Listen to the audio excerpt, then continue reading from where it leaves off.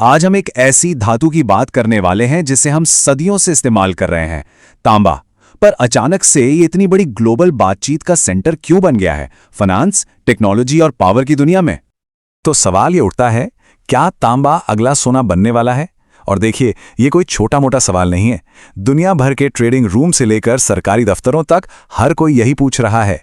आज इसी पहेली को सुलझाने की कोशिश करते हैं। देखिए, 20 साल में पहली बार तांबे की कीमतों ने अपनी सारी हदें तोड़ दी हैं। और ये जो उछाल आया है ना, ये कोई मामूली बात नहीं, ये एक बहुत बड़ा सिग्नल है कि कॉपर की सप्लाई और डिमांड का पूरा खेल ही बदल गया है। और जो बड़े इन्वेस्टर्स हैं, उन्होंने इस बदलाव को पकड़ लिया है। तो आखिर ये बदलाव है क्या?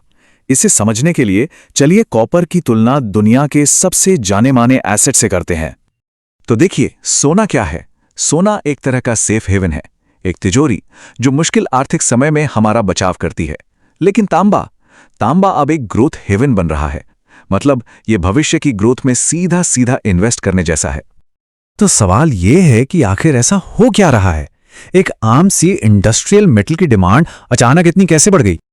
इसका सीधा सा जवाब है ग्रीन एनर्जी ट्रांजिशन। हम जिस ग्रीन फ्यूचर की बात कर रहे हैं, उसकी बुनियाद ही तांबे पर टिकी है। चाहे वो रिन्यूएबल पावर ग्रिड्स हों, इलेक्ट्रिक गाड़ियां हों या फिर स्मार्ट बिल्डिंग्स, हर लो कार्बन टेक्नोलॉजी की जान तांबे में ही बसती है। ये चार्ट देखिए, ये बिल्कुल साफ साफ दिखा रहा है कि जब किसी रिसोर्स की ग्लोबल डिमांड अचानक से हाई गियर में चली जाती है तो क्या होता है। बिल्कुल यही तांबे के साथ हो रहा है। कीमतें ऊपर जा रही हैं क्योंकि हमारी जरूरतें बढ़ गई हैं। तो डिमांड तो आसमान छू रही है, लेकिन कहानी का दूसरा पहलू भी है। एक ऐसा पहलू जो थोड़ा डराने वाला है, और वो ये है कि जमीन से हमारे गैजेट्स तक तांबा पहुंचाने की जो पूरी सप्लाई चेन है ना, वो उम्मीद से कहीं ज्यादा कमजोर और नाजुक है। अब अगर आप बाकी जरूरी मिनरल्स जैसे लिथियम से इसकी तुलना करें, तो कॉपर की सप्लाई चेन में कुछ अलग तरह की दिक्कतें हैं। कुछ ऐसे चोक पॉइंट्स हैं, खासकर इसके मिडिल स्टेज में, जहां सारी पावर कुछ ही जगहों पर सिमट कर रह गई है।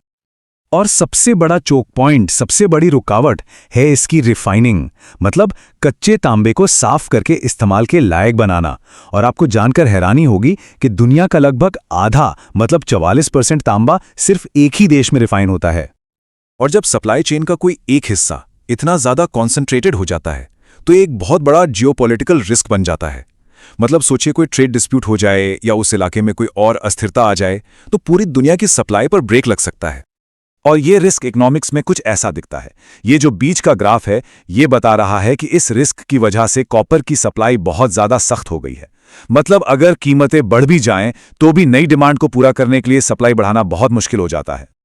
तो अब इस बढ़ती डिमांड और रिस्की सप्लाई के बीच एक नाजुक सा बैलेंस बना हुआ है।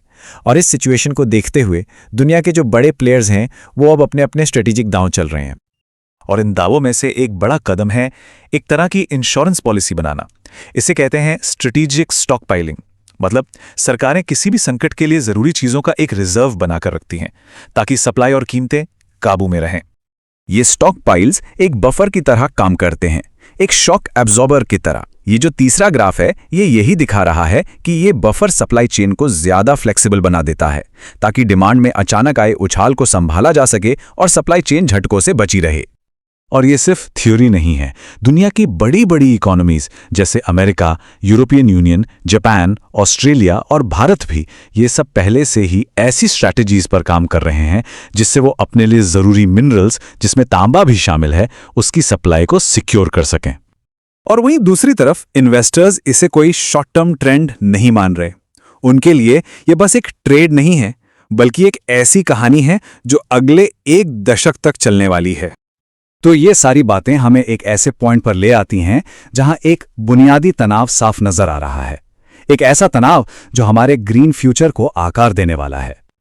देखिए, एक तरफ है ग्रीन एनर्जी ट्रांजिशन की वजह से बेतहाशा बढ़ती डिमांड, और दूसरी तरफ है एक ऐसी सप्लाई चेन जो बहुत ज्यादा कॉन्सेंट्रेटेड है और जियोपॉलिटिकल झटकों के सामने बहुत कमजोर है।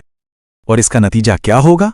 एक अनुमान के मुताबिक आने वाले सालों में सप्लाई की कमी 6 गुना से भी ज्यादा बढ़ सकती है।